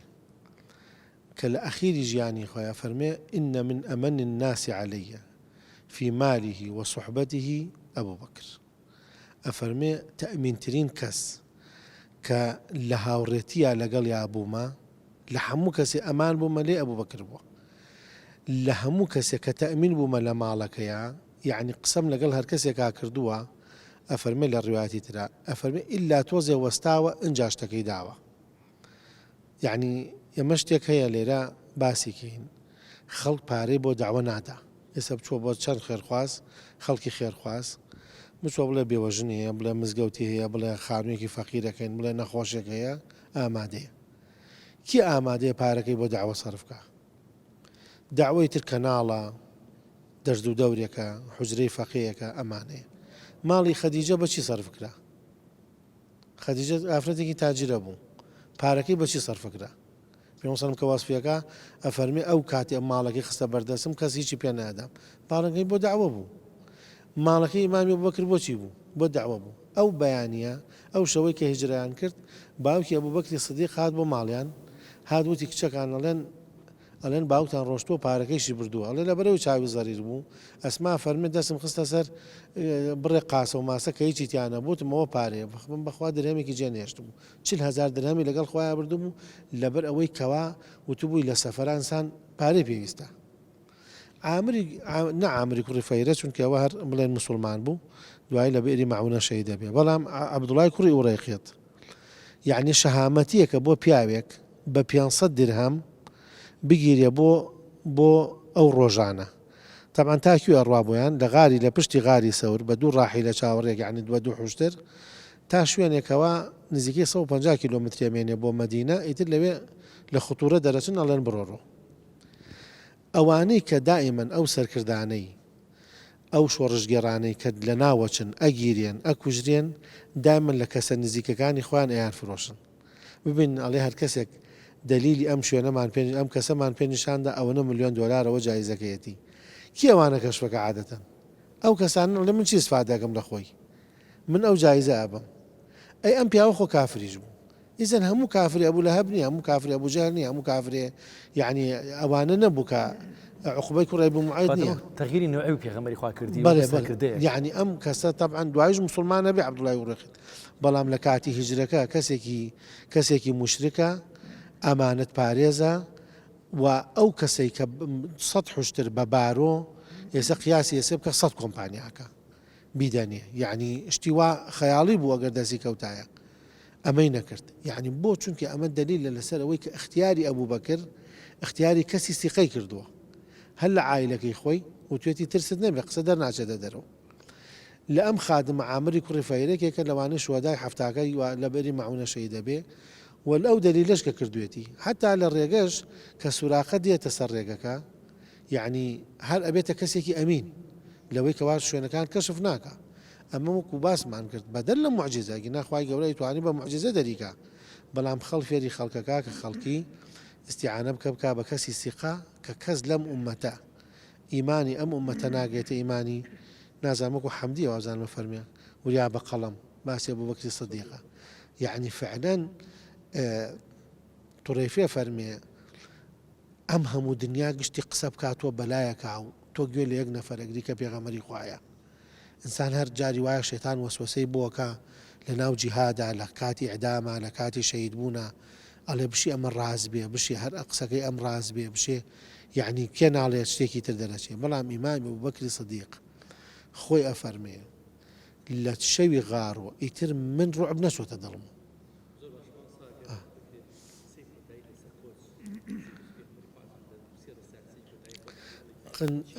ئەوەیە کە ئەمەوێ ئەوە بڵێم لە ئیسلامە قورسترین کار یعنی تەسهیەترین شت جیهاد نییە، کۆچە. سەیری ئەو سەرکردانەکەن کە خوان باوەڕیان بە شۆڕشەکانیان نییە، عایلەکانیان نەبن لە ئەوروپا دایانن، خۆی لەلا لە ماڵ زیادەیە با بڵێن خۆی یعنی خۆی باوەڕی هێتی چەندی باوەڕێتی باوەڕی بەوە نییە کە مناڵەکانی لە ناو شتەکە بێ وەکو ئیمامی عوسمان فەرمی بە معاویە وتی من غەزوی قوبرسەکەم ئەم شتە ناو عەرەبا یەکەم جار بوو کە غەزوی بەحرکەن فەرمی عایلەکەتە خێتە ناو سەفینەکە وتی بەڵێ وتی ئەگەر عایلەکە تێخست ئەنجا موسڵمانەکان وەرە ئێستا تاوەکو ئێستا ئەم کەسە ئەگەر خۆی باوەڕی بە مەبدەئەکەی بوایە عایلەکەیشی لەگەڵ یادا تەسەیە پێکرد بەڵام کە شۆڕشی کرد و سەرکەوت ئەنجا مناڵەکانی دێن وەڵەن چی ئەڵێنی خۆمانە ئێگە سەر نەکەوت ئەوان لە ئەمانان ئەوان لە باشترین جامیعاتی ئەوروپان پێغەمبەری خوا صلی الله علیه وسلم کە هیجرەی کردووە شتێک نەماوە کە تەسیە ئیتر لە پشتی هیجرە بمێنێ بۆ چونکە تۆ لە مەکە عاسیمەیە ئەچی بۆ دێیە ڕاستەکەی شارێکی بچووک ئەسحاب یعنی هەمویان مستەضعف نین هەندێکیان توجارن وەکو عەبدوڕەحمانی کوڕ عەوف وەکو ئیمامی عومەر وەکو ئیمامی عوسمان وەکو ئیمامی ئەبوبەکر وەکو مەسەلەن موسعەب و ئەمانە ئەشرافی مەکە بوونە ئەم تەسهەی کەوا لە هیجرە دراوە بۆیە خوای گەورە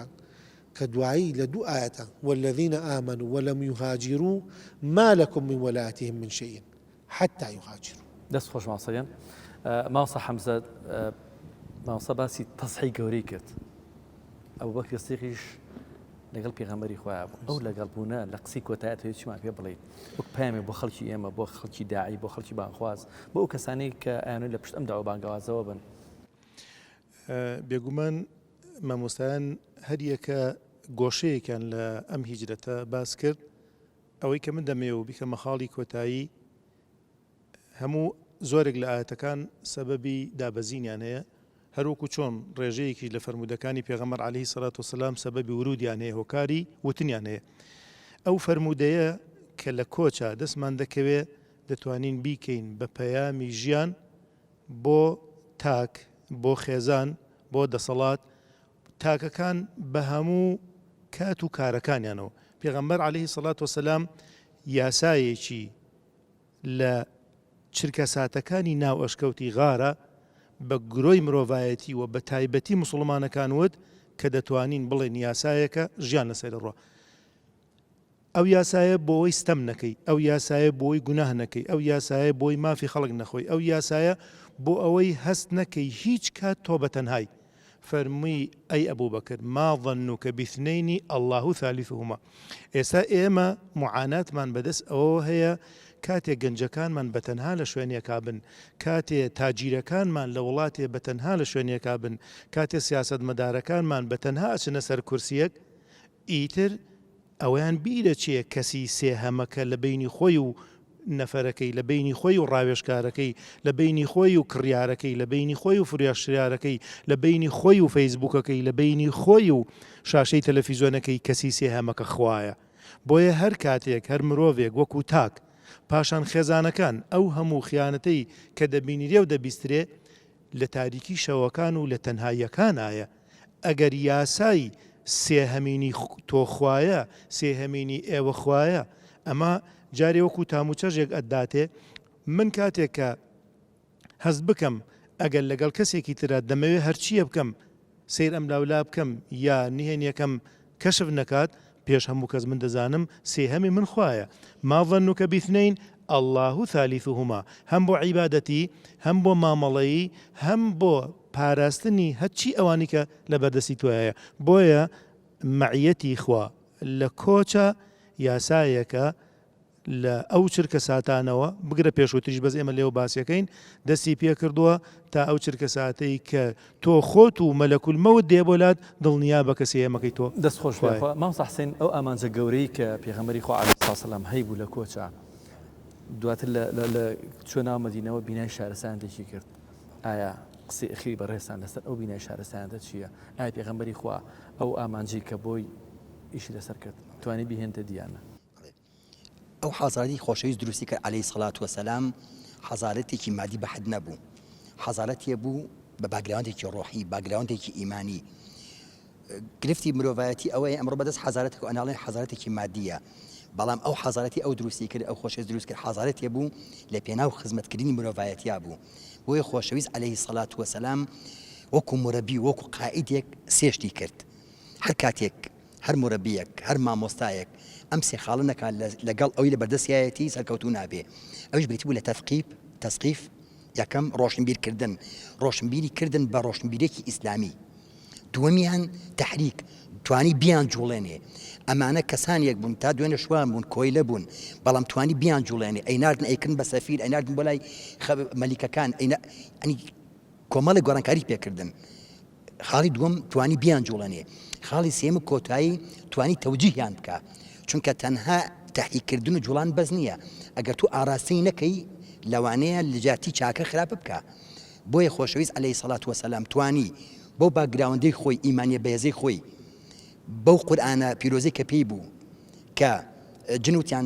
ناوێن نا قورئانن عەجەبە بەو قورئانە تازەی کە هێنابووی عەلەیهی سەڵات وەسەلام بەو هێزەی کە خۆی هەبوو بەو توانایی کە خوای گەورە پەیدا بوو توانی کەسانێ دروست بکەن بتوان حەزارێت دروست بکەن کە هەتا چەند سەدەیەک پێشەنگی مرۆڤایەتی بێ و ئێستاش مرۆڤایەتی قەرزاری ئەو حەزارەتەی دەستەکان خۆش کاک دکتۆر بەختیار هاوڕێ و هاوسەفەر بەڕاستی زۆر گرنگە بۆ گەنجی ئەمڕۆ ینی خوێندنەوە چییە بۆ ئامۆژگاری چییە قسە چیە بۆ گەنجی ئەمڕۆ لە هاوڕێکانیانە و پاشان لە سەفەرەکانیانە هاوڕێ و هاوسەفەر چ گرنگی و بەهایەکیە بۆ گەنجی ئەمڕۆ دەستە خۆش بیان بە زمانێکی تر و بە شێوازێکی تر پرسیارەکە داڕێژم و گەنج و کۆچ توانین چی سوودێکی لێوەرگین خاڵی یەکەم هەر گەنجێکی بەڕێز سیرمان دەکات کۆچ پێی وتین ئەگەر ژینگەکە بارودۆخەکە وەزعەکە ئەو شوێنە پێ قبول نەبوو لە ڕووی دین و ژینەوە شەرت نییە تا مردن قبوڵیکەی بیگۆڕە خاڵی دووەم بۆ هەر شوێن و مەکانێک دەچیت تکایە دیراسەی بکە ئەگەر سەفەرکردن بێ بۆ دەروەی وڵاتیش کۆچ پێی وتین یەکسەری ملمەنێ بەڕاستی بۆ شوێنێ بۆ وڵاتێ بۆ دوکانێ بۆ تیجارەتێک بۆ داوایەک بۆ بانگەوازی تەنانەت بۆ زەواجێ تکایە ئەو شوێنە دیراسە بکە خاڵی سێم کۆچ پێی وتین سەفەرکردن و سەرکەوتن لە هەر ئیش و کارێکا دەبێ بزانی کێ هاوسەفەرتە و ئەو کەسەی کە هاوسەفەرتە لە ئیش و کار و لە ژیانە ڕاستی بەشێکی سەرکەوتنە کە لە ڕووی دین و لە ڕووی توبیشەوە لە ڕووی دەروناسیشەوە ئێستاکێ کە گرنگ و هەر لە ڕووی دینەوە تەسەوور کە ئەوەی کە مساحەبەت دەکات ئەچیتە سەر دینەکەی ئەچیتە سەر مەزەبەکەی ئەچیتە سەر شێوازەکەی بسڵ خاڵی چوارەم زۆر گرنگ و مهمە بۆ هەر شوێنێک دەچیت شەرت نییە دەستەوەستان بێ کۆچ پێی وتین پێ ساسەرم لە شارێکەوە بۆ شارێکی تر چووە لە مەکەوە بۆ مەدینە ئەم بەتابەتیم گەنجانەمان بۆ وانی کە لە دەروەی وڵاتە شەرت نییە دانیشێ بە دیار سۆشیالێکەوە لە پێغەمبەرەوە فێر بە لە کۆچەوە فێر بە شەرت نییە چوویتە بۆ وڵاتە دانیشی بە دیار سۆشیالەوە دانیشی بە دیار دووتی کەنانەوە دانیشی بە دیار هەوڵ بدە گۆڕانکاری لەو شوێنە دروستکە هەوڵ بدە تۆ ڕقەمبی تۆ ژمارەبی تۆ عادەتبی تۆ نوخبەبی هەوڵ بدە تۆ نوخبەیەکی زۆر باش و چاکبی بۆ گۆڕانکاریە خاڵی پێنجەم زۆر گرنگ و مهمە ئەویش ئەوەیە کە تۆ دەبێ هەمیشە بەرمەجەت هەبێ هەمیشە بەرنامەت هەبێ هەمیشە پرۆگرامت هەبێ هەمیشە وەکۆڵێت بە شێواز و ئوستوب بڕۆ ینی کۆچ پێری کردین سەعاتەکەی ڕۆشنەکەی کاتەکەی چۆنەتی بەجێهێشتنی چۆنەتی دوای خۆچی لێ بکەی و بە چی کاتێ بگەی و سەعات چەند دەرچیت و سەعات چەند لە مەکە دەرچی سەعات چەند بگەیتە ئەوێ هەموو حساب و کتابی تێدا بوو کاتەمەش بخۆی خاڵێکی گرنگ و مویمەکە بە زمانی حاڵ بە گەنجمان دەڵێ کوڕم تۆ ناکرێت و ئەم شەوە خەوی نازانی بیانی چیەکەی یعنی تەلەبی پۆری دوانزەی ئەڵم بە تەمای چێڵە بە تەمای خوا خۆت ماموشمان بە تەمای خواین قاویلە بە تەمای باعەکەنین قاویلە بە تەمای چین بە تەمای خواین بەڵام بەرنامە و پرۆگرامت چێ دەچێت بۆ زانکۆ بە تەمان نییە زەواج دەکات بە تەمان نییە و نازانێت لە داهاتوە چی دەکات کەواتەوەش خاڵێکی گرنگ و مویمەکە لە کۆچ فێری کردین خاڵی ئەخیر دێمەسەر بەڕێزان ئەگەرین بێ ئەویش ئەوەیە کۆچ فێری کردین دەبێت بزانین چی هەڵەیەکمان کردو هەڵەکان دووبارە نەکەینەوە بۆ خۆمان ینی هەر هیچ نەبێت کۆچ فێری ئەوەی کردین کە وریا بە دۆست و دوژمنی خۆت بناسی یانی تۆ دۆست و دوژمنی خۆت نەناسی و حساب بۆ دۆست نەکەی و حساب بۆ دوژمن نەکەی بە دنیای و ناتوانانی سەرکەوتوبی و کۆچ هەموو ئەمانەی فێرکردین دەستخۆش مامۆستا ئەمینە هەر لە کۆچە و دوای کۆچیش تقریبا پێغەمبەری خوا عەلەیهی سەلام ئەو بەهاو گرنگ و تایبەتمەندی کە دای بە ئافرەتان جیاواز بوو لە هەموو زەمانەکانی تر و لە زەمینەکانی تریش ئەگەر سەیرێکین پێغەمبەری خوا عەلەیهی سەلام سەلەمە لە حودەیبیە پرسی پێەکە ئاڵگۆی زانای لەگەڵاکات دوای بەگوێشێکە سەرکەوتوو شەوێت لە کاتێکە لەو زەمانەیە لای فەیلسوفەکان زۆجاڵێ ئافرەتان قسەیان ڕایان وەرگرە بەس بەگویان مەکە بەڵام پێغەمبەری خوا لە سەلەمە گوێ لێگرت و بۆ ئیشەکەشی گۆڵە قسەکەی جێبەجێ کرد و سەرکەوتوش بوو کەواتە پێگە و گەورەی ئافرەت لە ئیسلامە زۆر باە هەیە تۆ ئەتوانین لە کۆچ چیمان پێڵێ سەر بابەتە و قسەی کۆتایشت من حەزەکەم بە هەر هەموو ڕاگەیەنم ئەوەی کە ئێمە ئێستا بە ئاشکرا ئاڵێن لا ئیلاهە ئیلا الله محەممەد ڕەسوول الله، بە ئاشکرا نوێژەکەین، بە ئاشکرا بانگخوازی خۆمانەکەین، ئەم هەموو مزگەوت و شوێنی عیبادەت و حەج و عیبادەتەکانمانەکەین بەرهەمی ئەو کۆچە بوو. ئەگەر پێغەمبەری خوا صلی الله عليه وسلم دابنیشتایە لە مەککە هەر بە نهێنی عیبادەتەکانەکرا، ئازادیەک نەبوو لە ڕادەربڕینە لە نوێژکردە لە عیبادەتکردە. ئەمەی کە ئێمە بە ئاشکرا نوێژەکەین یعنی وەکو بڵێ فیداکاری زۆری بۆ کراوە، خوێنی لە پێناوە ڕژراوە، ماڵ و سامانی لە پێناوە جێهێڵراوە، خەڵکەکە بەس بە خۆیان و عەقیدەکەیانەوە دەرچوون بۆ ئەوەی ئەمە بگەێن بە ئێمە. بۆی ئەمە سەحابە ئەگەر لە شوێنی خۆیانە بمانایە تۆ نەهاتنایە بۆ عێراق و بۆ فارس و بۆ ئەو شوێنانە هیجرەتیان نەکردایە لە پێناوی دینەکان ناگەشت بە ئێمە. لەبەرەوە ئەبێ قیمەتی ئەمە بزانین. لە کاتێکا کەوا یادی کۆچەکەینەوە بیرمان لای ئەوە نەبێم کۆمەڵێت چیرۆکە و ئەهێنرێت و ساڵانە باسەکرێ، بیرمان لای ئەوە بێ ئەم گیان فیداییە چی وای لێکردن، ژنان پیاوان مناڵ بەیەکۆ فیداکاری بکەن بۆی کەوا دینەکەیان سەرخەن، کەواتە هەمووی هیجرەت بوو بۆ لای خوا و پێغەمبەری خوا. ئێمە ئەکرێ هەر لە شوێنی خۆمانەوەن بەڵێ هیجرەت نەماوە بەو معنایە بۆ چونکە ئەوان هەر بەڕاستی خێرە ئومەت بوون، ئەجرێکی زۆریان دەستکەوت. بەس ئێمەش دەتوانین نمونەی ئەو هیجرەتە لەناو خۆمانە دووبارە بکەینەوە، هیجرەت بکەین لە ناخی خۆمانە بەرەو باشتر و بەرەو باشتر لە پێناوی ئەم دینە کە گەشتۆ بە ئێمەش بە ماڵی خۆمان، بە سامانی خۆمان، بە کاتی خۆمان، بە مناڵی خۆمان محاولە بکەین ئەو فیداکاری لە خۆمانە جێبەجێ بکەین بۆی ئەم دینە هەر بە گەشاوی بمێنێ، چونکە مایە ڕزگاری هەموو ئینسانەکانە. دەستکان خۆش بێ بەڕێزان بینەرانی خۆشەویست، لێرەدا دێنە کۆتایی بەرنامەکانمان. کۆچ لە کۆتایە دەڵێن کۆچ گۆڕانکاری بوو لە هزر و فکری تاکی کۆمەلگای ئەو کاتەی نێودورگەی عەرەبیە. کۆچ ئەو گۆڕانکارێک گەورەی دروست کرد کە بینای شارستانێکی هێنایە ئاراوە هەتاکو مێژووی مرۆڤایەتی ماوە ناتوانێت گۆڕانکارێکی لەو شێوازە دروستکە. کۆچ فێری کردین ئەبێ ژیان پلانی تیابێ، کۆچ فێری کردین ئەبێت تاکانی کۆمەلگا هەمویان گرنگیان پێ بدرێ، کۆچ فێری کردین گەنج لە شوێنی خۆی، ئافرەتان لە شوێنی خۆیان، پلان بە تایبەتمەندی تر و بوونی ئامانج لەسەر و هەموو ئەوانەوە. کۆچ فێری کردین کە نەوەستین، کۆچ فێری کردین مرۆڤی پەیامدار ئەتوانی گۆڕانکاری دروستکە، کۆچ فێری کردین ژیان وێزگەیە، هەر وێزگەیەکە و پێویستی بە زۆرێک لە پلان و زۆرێک لە پرۆگرام هەیە. کۆچ فێری کردین هاوڕێکان گرنگن بەها و تایبەتمەندی خۆیان هەیە. کۆچ فێری کردین ئەوانەی کە لە دەوروبەرمان پێویستە کات لەگەڵانە بژین. پێغەمبەری خوا عەلەیهی سەلام وەک سەرۆک و سەرکردە و گەورەی هەموو کۆچ فێری ژیانی کردین. ئومێدمان وایە لە ئەوە ئێمە جارێککە ژیان وەرگینەوە بۆ ئەوەی ژیانێکی تەندروستمان هەبێ، بۆ ئەوەی ڕەزامەندی پەروەردگار وەرگین. وەسەلام عەلەیکم وەرەحمەتوڵڵاهی وبەرەکاتوه.